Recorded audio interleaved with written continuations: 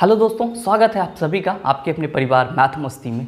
मैं हूं आलोक सिंह आतीश और आज के इस सेशन में हम लोग ग्रुप डी 2018 में साइंस के जितने भी न्यूमेरिकल क्वेश्चन आए थे उन सारे का बात करेंगे। दोस्तों, ग्रुप डी 2018 में आए हुए पूरे प्रीवियस ईयर क्वेश्चन का स्टडी करने के बाद मैंने उसमें देखा कि जितने भी न्यूमेरिकल क्वेश्चन पूछे गए हैं वो अलग अलग चैप्टर से हैं और मैंने उन सारे चैप्टर को पार्टिकुलरेट अलग अलग कर रखा और उसमें सबसे ज़्यादा आपको जो क्वेश्चन पूछे गए थे वो वर्क, एनर्जी और पावर से क्वेश्चन पूछे गए थे, वो भी न्यूमेरिकल बेस्ड क्वेश्चन थे।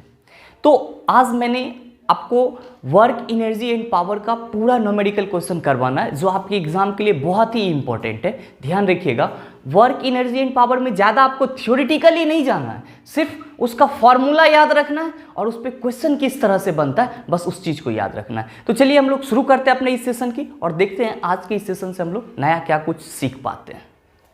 दोस्तों, वर्क, एनर्जी और पावर, कार्य, ऊर्जा और शक्ति के न्यूमेरिकल बेस क्वेश्चन को बनाने के लिए मात्र आपके पास ये इतना सा फॉर्मूला होना चाहिए।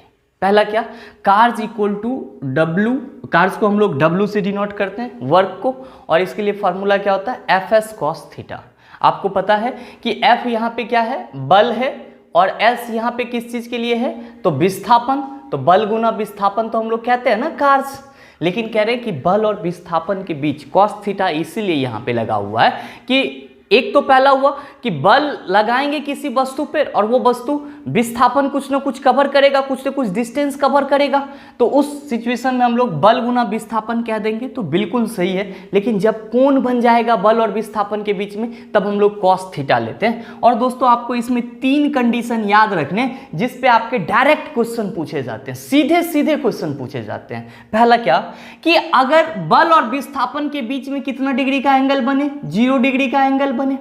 दूसरा, अगर बल और विस्थापन के बीच में कितना डिग्री का कोण बन जाए, 90 डिग्री का कोण बन जाए, और बल और विस्थापन के बीच में आपका कितना का कोण बन जाए, 180 डिग्री का कोण बन जाए। ये 3 चीज आपको याद रखना है। मैंने यहाँ पे क्या लिखा कि बल कार्ज इक्वल टू क्या होता है, एफ एस कॉस थीटा। तो ये जो एंगल है ये कॉस 0 डिग्री होगा और ये कॉस क्या होगा, 90 डिग्री होगा, और ये कॉस क्या हो जाएगा, 180 डिग्री हो जाएगा, क्योंकि फॉर्मूला क्या है, एफ एस कॉस थीटा। ध्यान दीजिएगा, कॉस 0 डिग्री का वैल्यू कितना होता है, 1 होता है। कॉस 90 डिग्री का वैल्यू कितना होता है, तो 0 होता है। कॉस 180 डिग्री का वैल्यू कितना होता है, -1 होता है। मैंने आपको क्यों बोला इस तीनों कंडीशन को याद रखने, इसीलिए कि जब बल और विस्थापन के बीच में एंगल क्या हो, 0 डिग्री हो, तो 0 डिग्री होगा तो उसका वैल्यू 1 हो जाएगा। तो W इक्वल्स टू आप यहाँ पे जब एफ एस इंटू 1 रखेंगे तो इस स्थिति में कार्य आपका अधिकतम होगा। जब बल और विस्थापन के बीच में कोई एंगल नहीं होगा तो कार्य मैक्सिमम होगा। इस चीज को आप याद रखेंगे, और साथ ही साथ धनात्मक भी होगा, पॉजिटिव भी होगा। इस चीज को आपको याद रखना है। अब है कि जब बल और विस्थापन के बीच में परपेंडिकुलर बल लगे, मतलब क्या, लंबवत बल लगे इस तरह से, तो जब इस तरह से लंबवत बल लगेगा बल और विस्थापन के बीच में तो वहां पे 90 डिग्री का एंगल बनेगा। और इस सिचुएशन में आपको पता है cos 90 डिग्री का वैल्यू 0 है, और किसी भी वैल्यू को आप 0 से मल्टीप्लाई कर दो तो क्या होगा, 0। और इस सिचुएशन में आपका कार्य जो है वो मिनिमम, न्यूनतम हो जाएगा। क्या हो जाएगा, न्यूनतम 0 हो जाएगा। और एक चीज, 180 डिग्री है मतलब -1, तो इस स्थिति में कार्य आपका ऋणात्मक होगा। इस चीज को याद रखना है। इस स्थिति में आपका कार्य क्या हो जाएगा, ऋणात्मक, और बल जो लगेगा वो वस्तु के विपरीत दिशा में लगेगा। विस्थापन विपरीत दिशा में होगा, बल के विपरीत दिशा में होगा। तो ये 3 बात आपको कार्य के बारे में याद रखना, और formula W equals to F S cos theta, ये 3 चीज आपको अपने माइंड में रखना है। नेक्स्ट दोस्तों, जब हम लोग इसके आगे की बात करते हैं, एक और सबसे बड़ा इंपॉर्टेंट चीज होता है, हम लोग अदिश और सदिश में बहुत ज्यादा लफड़ा करते हैं, बहुत ज्यादा कंफ्यूजन होता है। तो स्पेशली इस चैप्टर के लिए मैं आपको बता दूं कि कार्य, ऊर्जा और शक्ति ये तीनों ही अदिश राशि हैं। इस चीज को आप अपने माइंड में रख लेंगे, ये तीनों ही क्या है, अदिश राशि। ठीक है, और आपको पता ही है कि कार्य का ऐसा यूनिट जूल होता है, ऊर्जा का भी जूल होता है। तो उतना लंबा नहीं जाना, आपको बस इतना सा याद रखना है। आप शक्ति की बात करते हो, पावर, तो आप कहते हो कि कार्य करने की जो दर होगी उसी को ना शक्ति कहेंगे हम लोग। तो जब हम लोग कार्य करने की दर को शक्ति कहते हैं तो कार्य बटा समय, तो कार्य बटा समय को हम कार्य को W से रिप्रेजेंट कर दें और समय को T से, तो W/T हो जाएगा आपका। मतलब शक्ति इक्वल टू क्या हो गया, कितना किया हुआ कुल कार्य और जितने समय में वो कार्य होगा दोनों का अनुपात निकाल लेंगे तो हम लोग क्या कहेंगे कि ये आपका किसका फॉर्मूला हो गया, शक्ति का। और ऐसे हम लोग याद भी रखते हैं P = W/T। इस चीज को आप अपने माइंड में रखेंगे कि शक्ति इक्वल टू क्या होता है, कार्य बटा समय होता है, या कार्य करने की दर को शक्ति कहते हैं।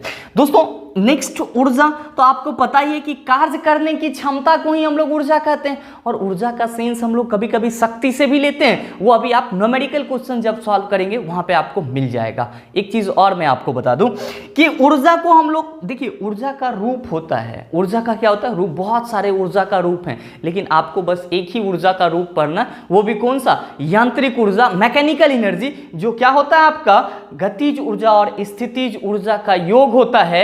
और गतिज ऊर्जा और स्थितिज ऊर्जा के योग को हम लोग क्या कहते हैं, यांत्रिक ऊर्जा कहते हैं। दोस्तों बस आपको इसमें से इतना याद रखना है कि गतिज ऊर्जा का फॉर्मूला क्या होता है, K = ½ mv²।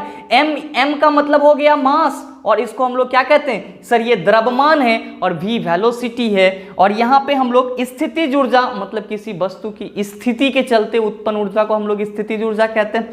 Formula P = mgh, यहाँ पे g का वैल्यू गुरुत्वीय त्वरण लेंगे और 9.8 न्यूटन या 10 लेंगे, और h जो है ये ऊंचाई को रिप्रेजेंट कर रहा है, और m वस्तु के द्रव्यमान को रिप्रेजेंट कर रहा है। बस इतना सा बेसिक बात आपको याद रखना है वर्क एनर्जी और पावर से संबंधित न्यूमेरिकल क्वेश्चन बनाने के लिए। आइए, अगर आप इस चीज को पूरी तरह से समझ पाते हैं, इसमें अगर आप पूरा फोकस रखते हैं, एक बार आप स्क्रीनशॉट ले लें इसका, फिर से आगे की बात हम लोग करते हैं।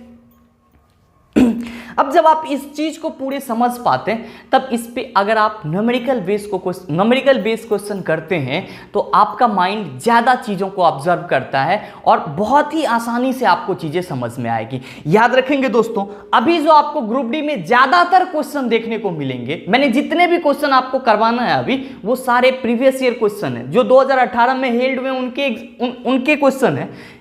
सबसे ज्यादा आपको ये पूछा गया है एमजीएच पे पूछा गया है। दोस्तों इसी एमजीएच के चलते हम लोग क्या कहते हैं कि कार्य और ऊर्जा दोनों का मात्रक क्या होता है, जूल ही होता है। और यहां पे आप इसका देखेंगे कि बहुत ज्यादा क्वेश्चन इस फॉर्मूला पे है, P = mgh। इसीलिए ये आपका बहुत ज्यादा इंपॉर्टेंट है, क्योंकि गतिज ऊर्जा = ½ mv² तो हम लोग बहुत दिन से याद करते आ रहे हैं। तो चलिए हम लोग इस पे किस टाइप से क्वेश्चन पूछे जाते हैं उसकी बात करते हैं।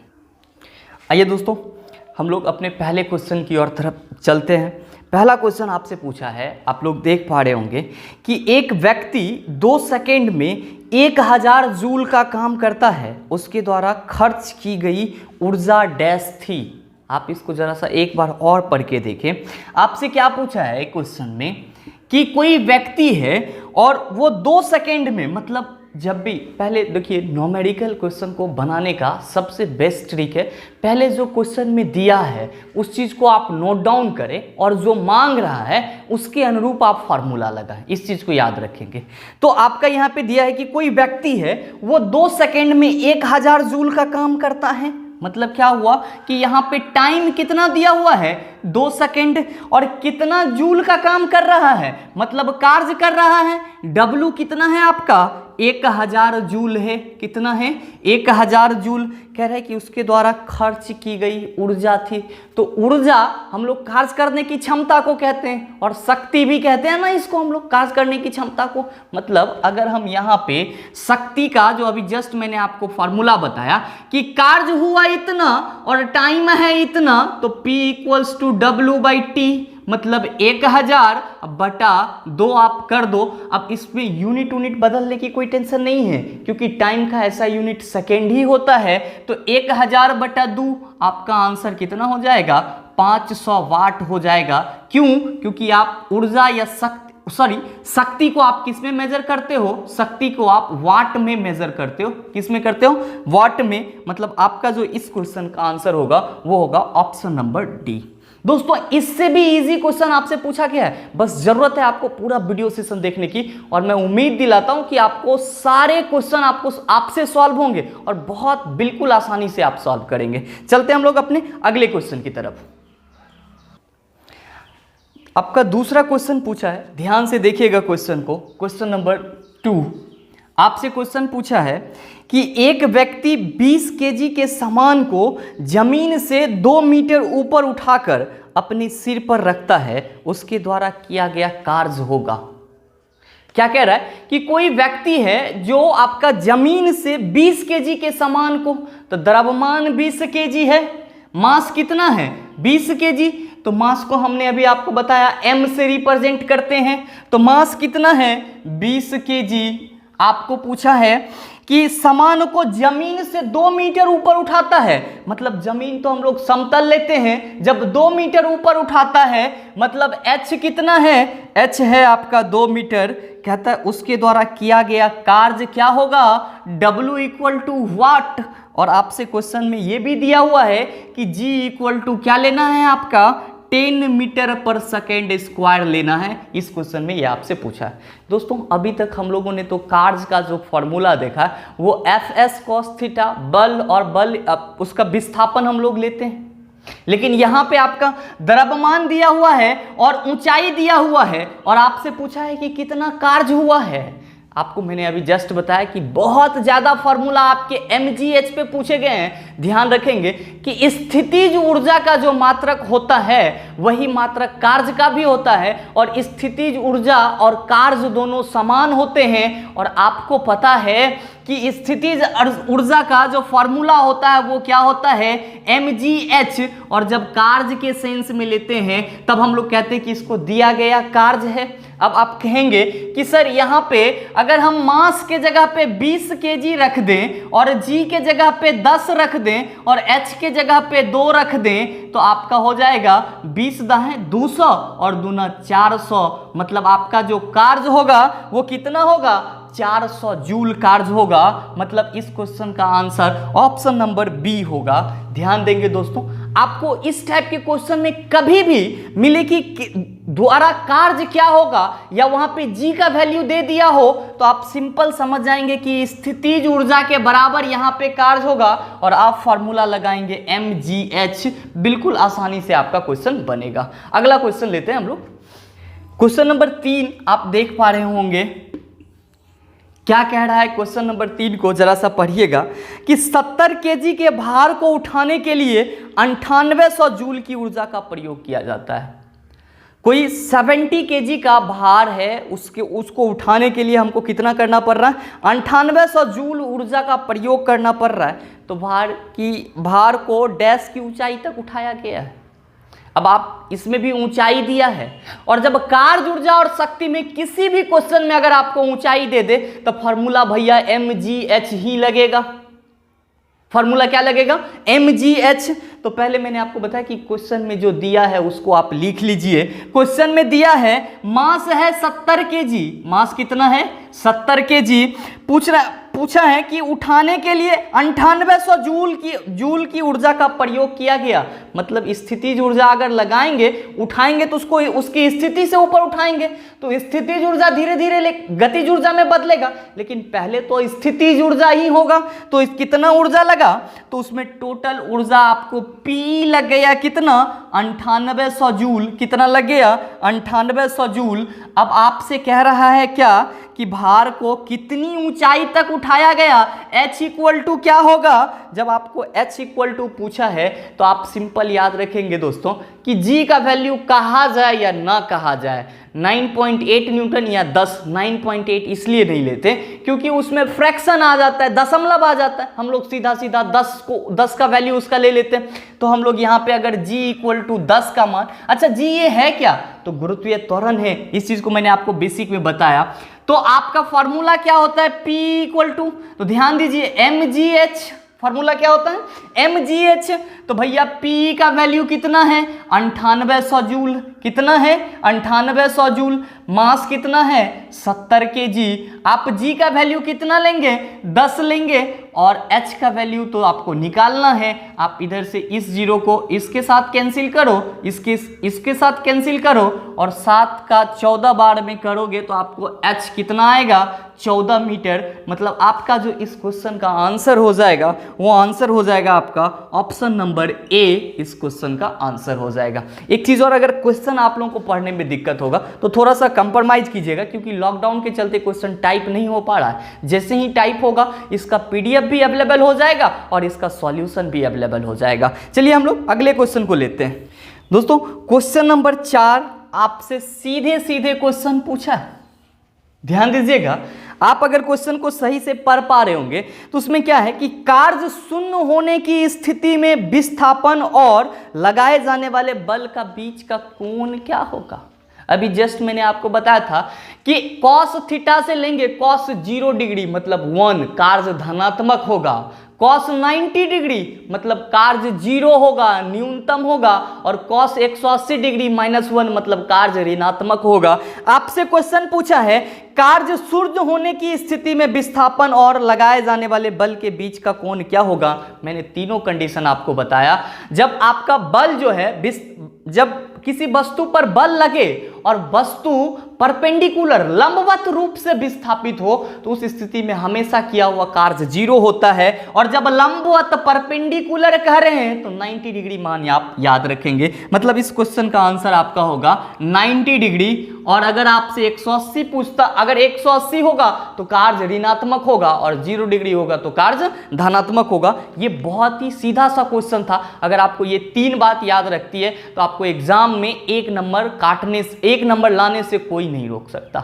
अगला क्वेश्चन हम लोग 5वें नंबर के क्वेश्चन की तरफ चलते हैं। नेक्स्ट है दोस्तों हम लोग का 5वां नंबर क्वेश्चन। ध्यान से पढ़िएगा, क्वेश्चन कोई ज्यादा टफ नहीं होता है न्यूमेरिकल। इस तरह के आपके जितने भी चैप्टर है उन सब का करवाऊंगा। बस आपको क्वेश्चन पढ़ने के लिए और उसमें क्या दिया हुआ है और क्या निकालना है ये चीज आपके माइंड में होना चाहिए। आप बिल्कुल आसानी से बनाएंगे, कोई दिक्कत नहीं होगा आपको बनाने में। अब आपसे क्वेश्चन क्या पूछा है कि एक 40 केजी भार वाली लड़की 4 सेकंड में 5 मीटर तक ऊंची होने वाली सीढ़ियों पर तेजी से चढ़ जाता है। अब सीढ़ी जब होगा तो समतल में तो होगा नहीं, सीढ़ी जब भी होगा तो खड़ा होगा, लंबवत होगा। कह रहा है कि एक 40 केजी भार वाली लड़की, मतलब लड़की का यहाँ पे द्रव्यमान दे दिया है, कितना दिया है तो 40 केजी दे दिया हुआ है। आपसे क्वेश्चन पूछा है कि लड़की 4 सेकंड में 5 मीटर तक ऊंचाई पर चढ़ जाती है। मतलब टाइम भी दे दिया है आपका कितना 4 सेकंड। कहता है कि 5 मीटर तक ऊंची होने वाली सीढ़ियों पर तेजी से चढ़ जाती है। h कितना दिया हुआ है तो h दिया हुआ है 5 मीटर। अब कह रहा है उसके द्वारा विकसित शक्ति क्या होगा जब g इक्वल टू आप कितना लेंगे, g इक्वल टू 10 मीटर पर सेकेंड स्क्वायर लेंगे। आप लोगों में से बहुत सारे लोग इस चीज को अब सोचने लगे होंगे कि सर यहाँ पे तो फॉर्मूला दिया हुआ है, इसमें दिया हुआ है, मास दिया हुआ है, ऊंचाई दिया हुआ है और टाइम दिया हुआ है, लेकिन आप कह रहे हैं शक्ति निकाल लें। तो क्या यहाँ भी फार्मूला लगा दें क्या mgh का? यहाँ पे नहीं लगाएंगे फार्मूला। हिचकी आना भी जरूरी होता है क्योंकि कुछ अपने होते हैं जो याद कर रहे होते हैं। चलो अब ये यहाँ पे देखो मास कितना है 40 kg, टाइम कितना 4 सेकेंड, h कितना है 5 मीटर। जब बाबू आपको इस टाइप का क्वेश्चन देखने को मिले और क्या दे कि विकसित शक्ति या शक्ति क्या होगी, तो शक्ति जब भी कहेगा तो आपको पता है कि P इक्वल्स टू W/T होता है। पावर इक्वल्स टू क्या होता है कार्य बटा समय। अरे भैया समय तो दे दिया है, समय क्या किया है दे दिया है, मतलब कार्य निकालना है। कार्य निकालने के लिए भी तो आपको डाटा दिया हुआ है mgh। मैंने आपको क्या बोला, बहुत सारा क्वेश्चन आपके mgh पे पूछा गया है। और स्थितिज ऊर्जा और कार्य निकालने के लिए जब gh दिया हुआ है तो हम लोग कार्य निकालने के लिए स्थितिज ऊर्जा के फार्मूला का उपयोग करते हैं। इस चीज को पूरी तरह से यहाँ पे रख लेंगे। अब यहाँ पे हम बात करते हैं किसकी, पहले तो हम किया गया कार्य निकालेंगे किससे भाई, तो mgh से। आप लगाइए मास कितना है 40, g कितना लेना है 10 मीटर और h कितना दिया हुआ है 5 मीटर की ऊंचाई कवर कर लेती है। तो 40 दाहें 400, अब 5 कितना हो जाएगा 2000। 2000 जूल क्या कर रही है, कार्य कर रही है। शक्ति क्या होगा इसका, तो P इक्वल टू W/T, मेरा कार्य कितना आया है तो 2000, और टाइम हमको कितना लगा इस चीज को करने में, 4 सेकेंड। आप इसको कट करेंगे तो आपकी जो शक्ति होगी वो कितना हो जाएगा, 500 वाट। आपका इस क्वेश्चन का आंसर हो जाएगा ए। ध्यान से इस चीज को देखेंगे, जब भी आपसे शक्ति पूछे तो कार्य और समय के बीच में अनुपात निकाल लेना। अगर कार्य के लिए बल और विस्थापन दिया है तो ठीक है, अगर द्रव्यमान और गुरुत्वीय त्वरण और ऊंचाई दिया हुआ है तो mgh वाला फॉर्मूला लगा देंगे, बिल्कुल आंसर आएगा, ना आने का कोई दिक्कत ही नहीं। आइए दोस्तों, नेक्स्ट जो हम लोग का 6 नंबर का क्वेश्चन पूछा, इसको भी हम लोग देख लेते हैं।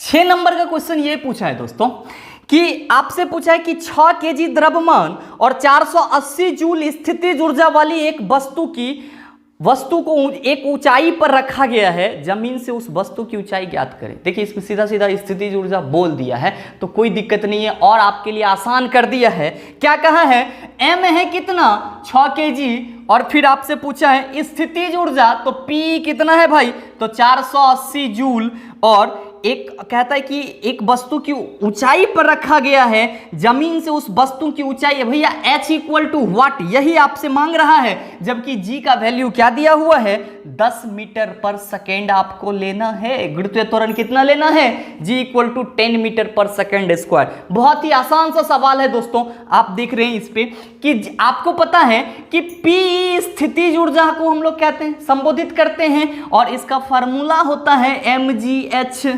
तो आप Pe इक्वल्स टू मास कितना है 6 kg, G कितना है आपका, P तो यहाँ पे दिया हुआ है तो आप 480 जूल यहाँ पे लिख दो। मास कितना है, द्रव्यमान कितना है 6 kg, गुरुत्वीय त्वरण 10 लेना है हमको, तो H निकालना है भैया। आप इसको कैंसिल कर दीजिए और इसको यहाँ से ले आइए, आपका जो H हो जाएगा वो हो जाएगा 8 मीटर की ऊंचाई पर होगा। मतलब इस क्वेश्चन का आंसर कितना होगा, इस क्वेश्चन का आंसर होगा ऑप्शन नंबर डी। उम्मीद करते हैं दोस्तों यहाँ तक कि जो जितने भी क्वेश्चन मैंने करवाया वो सारे क्वेश्चन आपको समझ में आया होगा। वीडियो ज़्यादा लंबा ना हो इसलिए मैंने यहाँ पे इसको पॉज कर दिया है। आगे के क्वेश्चन हम लोग आगे के टॉपिक में बात करेंगे। और हाँ, आपको जितने भी ग्रुप डी में 2018 में न्यूमेरिकल क्वेश्चन आए हैं सबका PDF भी मिलेगा और उसका सॉल्यूशन भी मिलेगा, लेकिन लॉकडाउन खुलने के बाद। उम्मीद करते हैं वीडियो आपको अच्छा लगा तो लाइक कीजिएगा, चैनल को सब्सक्राइब करके बेल आइकन दबा लीजिएगा ताकि इस तरह के एग्जाम रेलेवेंट वीडियो सबसे पहले आपके पास पहुंचे और आप उसका भरपूर फायदा उठा पाए। और हाँ, जाते जाते वीडियो को शेयर करना मत भूलिएगा ताकि इससे और ज़्यादा बच्चों के पास पहुंचेगा और उनको भी बहुत ज़्यादा हेल्प हो जाएगा। एक चीज़ में और, अगर आप जा ही रहे हैं तो एक क्वेश्चन लेते जाइए और आप इसका सॉल्व करके आंसर नीचे कमेंट में बताइएगा, तो फिर हमको समझ में आएगा कि बहुत सारे बच्चे सीख रहे हैं और बहुत सारे बच्चे नहीं सीख रहे हैं। तो मैं आपको क्वेश्चन देते जा रहा हूँ।